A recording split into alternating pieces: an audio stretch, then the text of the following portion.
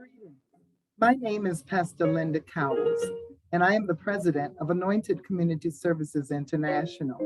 And we're here to provide to you our August segment of our health and wellness session with our Women's Ignite Network, a network of women who are committed to improving their lives through education and training. We're here to welcome again Dr. Barbara Insua, and she's going to be talking to us about our vision and eye health. So I want you to stay tuned, get your notepad out, and enjoy this session for the month of August. God bless you. Hello, ladies. This is Dr. Barbara again, and we are going to have another session on health. And this time we're going to talk about our eyes. Our eyes are the windows to the world, and we need to make sure that our eyes are functioning really well. And so we'll be talking about a couple of things that can affect our eyes and what we can do about it.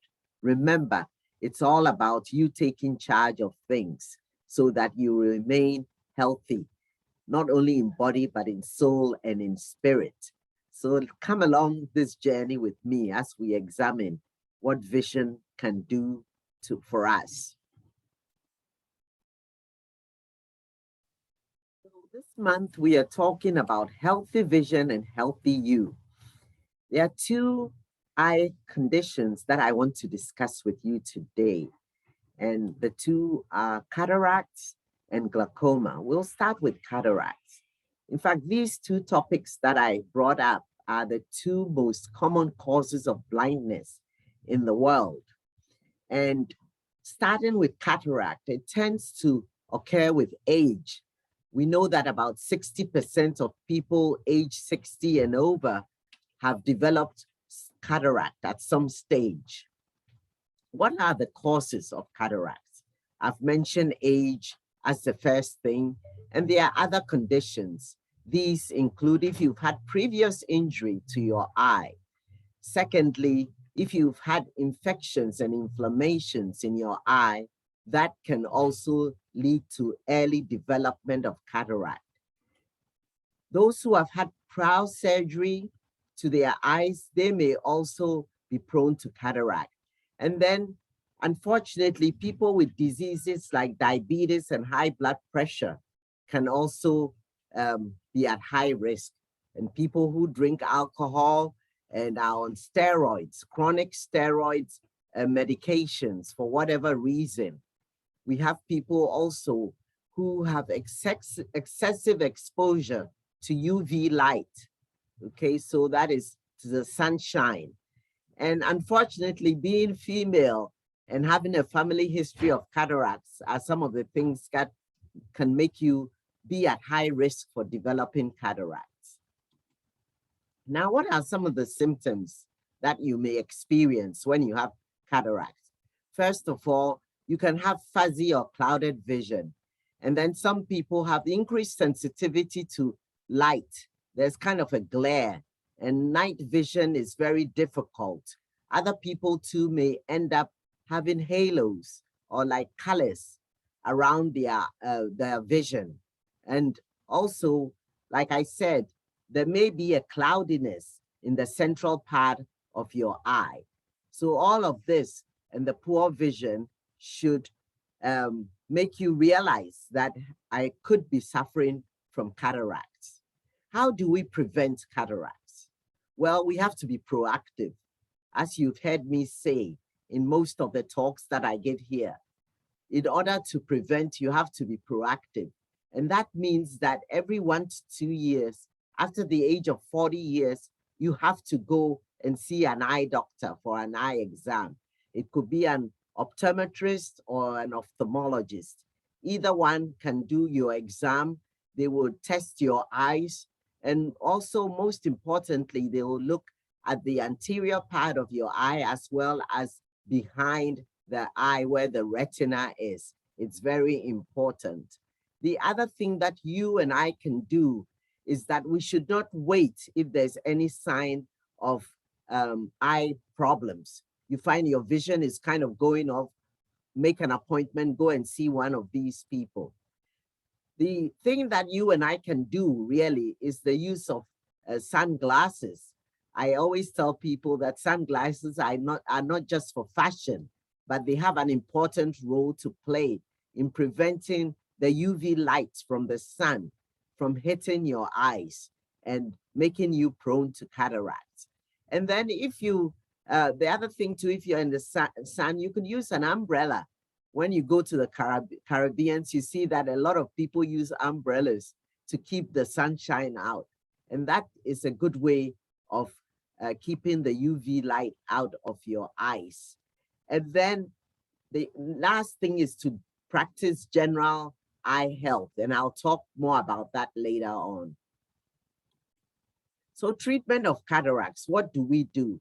When it's not too bad, then the doctor may let you use stronger glasses. If you already wear glasses, you have to use brighter lighting where you are. Some people may use anti-glare sunglasses, or people may use magnifying lenses to read when it's not too bad. But when they get severe, or what is called mature, when the cataracts mature, then they have to be removed. And this is usually done surgically. The ophthalmologist will remove the cataracts and then implant a lens into it. Or for people who can't afford lenses, then you are given a pair of glasses with very thick lenses to wear. So those are the ways we treat cataracts. Now, having dealt with cataract, we'll talk about glaucoma. What is glaucoma? Well, glaucoma, again, is one of the diseases that causes blindness all over the world. It's the second most common cause of blindness after cataract. And what happens in glaucoma? Well, as you all know, we have fluids in our eyes that keeps the shape of the eye being round. It also has fluid which helps with the transportation of nutrients and also oxygen to your eyes and so on. And this fluid gives your eye a certain pressure, which we call intraocular pressure. And that pressure sometimes is increased when there is blockage of the channels that are in your eyes that cause the circulation of the fluid. So when those channels get blocked, the fluids can't circulate, and then there's increased intraocular pressure. And however, there are some people who have glaucoma whose intraocular pressures are not increased. They may have normal intraocular pressure, but they may also have some other symptoms, which may give a clue towards glaucoma. Now, when you go and see the eye doctor, they normally kind of blow some puff of air into your eye. And that's one of the ways they use in order to measure the intraocular pressure in your eye. Now, when the pressure goes up, you may find that your vision starts decreasing, and it may be gradual, or for some people, it may be sudden. You know, there's a sudden loss of vision.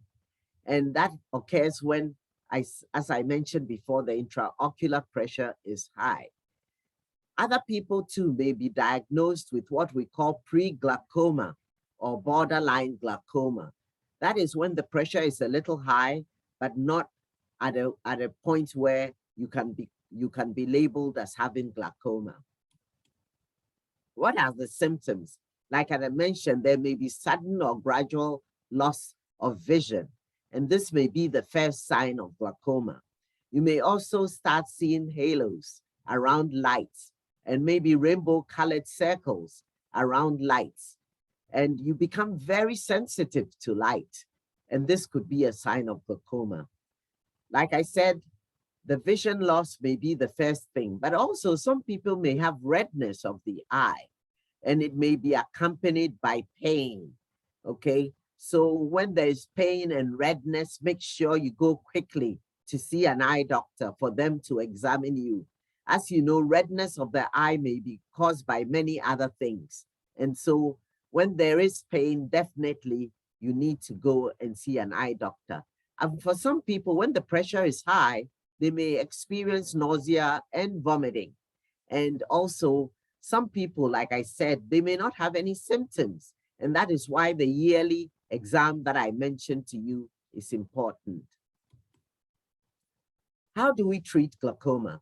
Well, we do so by lowering the pressure in the eye. If the intraocular pressure is high, there are ways in which a doctor can lower the pressure.